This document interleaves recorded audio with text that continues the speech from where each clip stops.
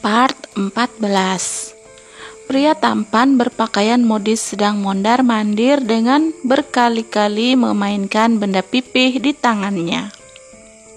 Dia adalah Satrio. Pria itu tengah merasa ketakutan karena tidak menyangka jika Nafisa yang dia tabraknya pagi-pagi buta ternyata mengalami kritis dan menyebabkan pengangkatan kandungan. Biar bagaimanapun juga, Satrio tidak dipinta melakukan hal yang dapat merugikan sang bos. Tentu saja Renaldi nantinya akan marah besar pada Satrio, karena jika Nafisa tidak bisa memiliki keturunan, maka Renaldi juga akan dipastikan tidak bisa memiliki keturunan. Seperti yang direncanakan Renaldi, dia ingin Nafisa terkena musibah dan kelak dirinya akan menjadi dewa penyelamat bagi Nafisa. Hingga menurut prediksi Renaldi, Nafisa akan bertekuk lutut dengannya karena merasa berhutang budi. Tapi ternyata hal lain terjadi sangat jauh dari prediksi rencana awal. Renaldi pasti akan sangat marah pada Satrio. Aduh, kemana sih ini si bos?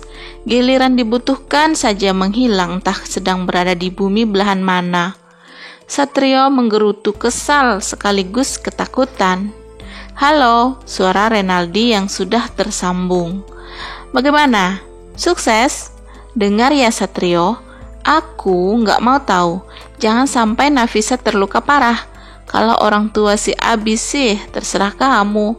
Mau dibuang ke laut juga boleh, cecar Renaldi. Dia sudah membayangkan akan datang sebagai dewa penyelamat bagi Nafisa. Sementara Abimana sedang bepergian ke acara Om Hendra. Tidak sia-sia aku mengusulkan Om Hendra membuat acara keluarga agar bisa memisahkan Nafisa dengan si Abi. Asik. Renaldi dilawan. Masih banyak jalan menuju Roma. Renaldi sudah senyum-senyum sendiri. Bos, aduh gawat bos. Itu si Nona Nafisa malah ketabrak beneran. Tutur Satrio takut-takut dengan memelankan suaranya. Renaldi yang sedang meneguk air minum langsung menyemburkan seluruh isi air di dalam mulutnya. Beruntung kini dia tengah berada di area parkiran kafe, hendak menuju ke arah rumah sakit yang sudah Satrio kirimkan alamatnya. Apa? Terus bagaimana? Apa yang terjadi dengan Nafisa? Kamu tidak merusak wajahnya kan? Nafisa masih tetap cantik kan? Renaldi marah, rahangnya saja sudah mengeras dan gigi yang bergemeletuk karena menahan amarah yang membuncah.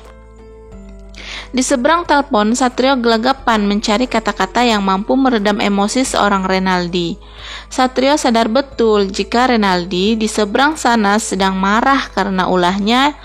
Tidak ada hal lain yang dapat dia katakan. Satrio terlanjur meleot ketakutan. Nyalinya seketika itu juga menciut. Kenapa diam? Satrio, apa yang terjadi? Katakan, apa perlu saya samperin kamu sekarang? Sentak Renaldi garang. Dia sudah sangat emosi mendengar Satrio yang seakan mengunci mulutnya. Pria pemarah itu segera mematikan panggilan. Dia benar-benar tidak bisa sabar meladeni kelakuan anak buahnya yang sangat tidak bisa diandalkan. Yang harus dia lakukan sekarang menemui pria itu. Jika ditelepon susah, rasanya tidak puas karena tidak bisa menonjok dan memberi pelajaran kepada sikap ceroboh Satrio. Renaldi menjambak rambutnya dan segera meraih jaket hitam kebanggaan yang selalu membuat dirinya terlihat garang. Gak bisa dibiarin dasar Satrio tak becus, umpat Renaldi menggerutu. Dia mulai menjalankan kendaraan roda duanya menuju rumah sakit yang Satrio katakan. Dengan menarik gas di tangannya, kendaraan roda dua itu pun melaju mulai meninggalkan kafe milik Haji Sofyan yang tidak lain adalah sang ayah. Melihat sang putra yang pergi dengan kondisi marah-marah, Haji Sofyan pun menggelengkan kepalanya. Ada apa dengan Ren? Mencurigakan. Jangan bilang dia masih mencari ulah dengan mengusik putra dari Wiguna. Omel Haji Sofyan sendiri. Pria parubaya itu lantas mencoba menghubungi orang kepercayaannya untuk menguntit kemana sang anak pergi. Haji Sofyan tentu tidak ingin menambah masalah dengan Wiguna Putra. Dia sadar betul jika kekayaan miliknya tidak akan pernah sebanding. Seperti yang dia ketahui, Wiguna mempunyai besan yang sangat kaya raya. Dia adalah Tuan Hendra, musuh Haji Sofyan saat masih lajang. Keduanya pernah merebutkan wanita yang sama dengan Tuan Hendra. Berbeda sekarang justru anaknya yang sedang memperebutkan wanita yang sama. Seperti yang kita tahu, jika Abimana dan Renaldi memperebutkan Nafisa, jika kedua besan itu saling bersatu, maka tamatlah Haji Sofyan. Tapi sejurus kemudian senyuman licik mengembang di sudut bibirnya. Kalau aku kompori Hendra, sepertinya akan seru, gumamnya seraya menjentikan jarinya. Abimana itu sudah menikahi Nafisa. Sebagai orang tua dari istri pertama Abi, Hendra pasti akan murka jika tahu anak menantunya sudah menikahi wanita lain. Menolak Haji Sofyan lagi dalam hati.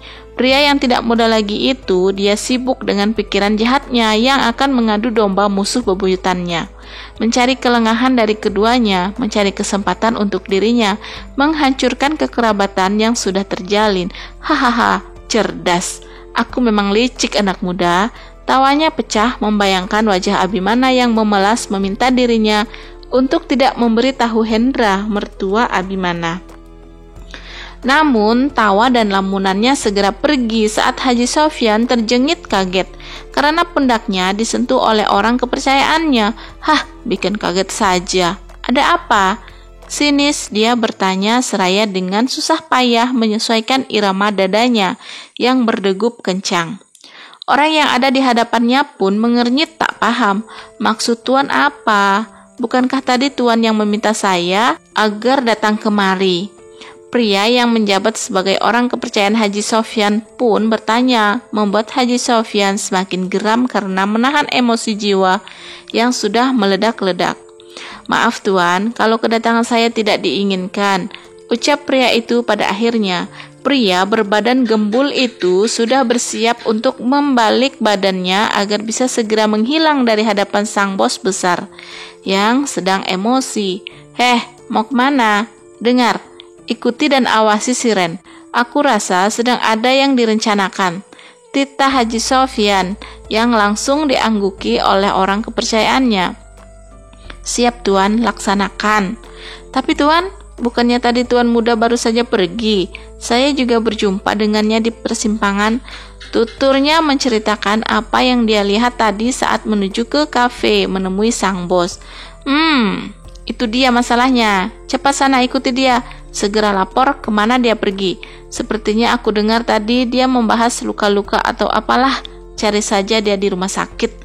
Titah Haji Sofyan seraya mengibaskan tangannya agar sang tangan kanan segera pergi meluncur dari hadapannya. Dengan santainya Haji Sofyan kembali duduk di sofa kebesarannya. Tidak lupa juga sebuah cerutu besar yang diapit di antara dua jari, yaitu jari telunjuk dan jari tengah. Dengan menghisap dan menikmati aroma asap yang menguar, pria itu bahkan tidak peduli dengan urusan anaknya. Bagi Haji Sofyan, semua masalah akan selesai dengan limpahan materi yang dia punya. Tiba-tiba, dering ponsel di sakunya mengagetkan pria yang tengah menikmati waktu santainya. Kedua alisnya saling bertaut melihat si pemanggil yang tidak lain adalah bawahannya. Iya, bagaimana? Sudah ketemu? Tanyanya semangat. Iya Tuan, benar sekali. Ternyata Tuan muda tengah menyusun rencana bagaimana caranya mendapatkan Nona Nafisa yang sekarang sudah menjadi istrinya Tuan Abimana. Jawab sang asisten.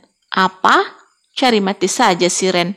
Ajak dia pulang sekarang juga. Paham? Haji Sofyan semakin kesal kepada Renaldi. Setelah selesai mengatakan perintahnya, Haji Sofyan pun mematikan sambungan telepon yang tersambung. Punya anak satu saja susah diatur.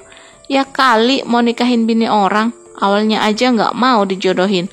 Lah, udah diembat orang malah maksa mau ngambil jandanya. Anak gendeng. Gerutu Haji Sofyan kesal kepada anak semata wayangnya yang selalu membuat masalah. Sementara di depan rumah sakit, Renaldi tengah memaki Satrio. Dia kesal sekali setelah tahu Nafisa ternyata sudah dioperasi pengangkatan kandungan. Kenapa kamu gegabah sekali sih, Yo? Bagaimana aku akan menikahinya kalau dia jelas-jelas tidak bisa memiliki anak? Ayah tidak akan setuju, sentak Renaldi meluapkan isi hatinya pada Satrio. Sedang pria bernama Satrio hanya tertunduk pasrah. Dia tidak berani mengatakan apa-apa lagi. Ketika Renaldi sudah bersiap beranjak dari duduknya yang masih di atas motor, asisten Haji Sofyan segera mendekat. "Tuan, diminta Tuan Besar pulang sekarang," sapa pria berbadan gembul itu sedikit canggung. Dia juga tengah menahan rasa takut, khawatir emosi Renaldi akan diluapkan pada dirinya. Dan benar saja, tatapan tajam Renaldi sudah menghujam ke arah asisten sang ayah. "Maaf Tuan, saya hanya melaksanakan tugas," ucapnya walau ragu. Namun dengan segala keberaniannya yang tersisa, dia usahakan berbicara. Kamu ikut," tunjuknya pada Satrio. Renaldi tentu tidak mau jika sang ayah marah padanya saja. Semua ini terjadi karena ulah dirinya dan Satrio sudah pasti akan seimbang jika keduanya mendapat amarah yang sama dari Haji Sofyan. "Tapi Tuan, bagaimana jika kita justru yang akan dimintai pertanggungjawaban?" Satrio merasa menciut. Jika boleh jujur, Renaldi juga tengah dilanda rasa cemas. Bagaimana tidak? Kini semua jeratan pasal mengarah pada dirinya. "Pas aja kamu ngomong macam-macam. Ini kalau Abimana sampai tahu, gawat," ucapnya sedikit berbisik. Namun gagal, suara lirihnya bahkan dapat terdengar. Dan benar sekali, seseorang di balik dinding pun hanya mampu menyentuh dadanya yang tiba-tiba berdebar hebat. Takut dan khawatir akan terbawa-bawa dalam masalah yang tengah menimpa Nafisa. Bersambung. Sampai jumpa lagi di part selanjutnya ya guys. See you. Bye-bye.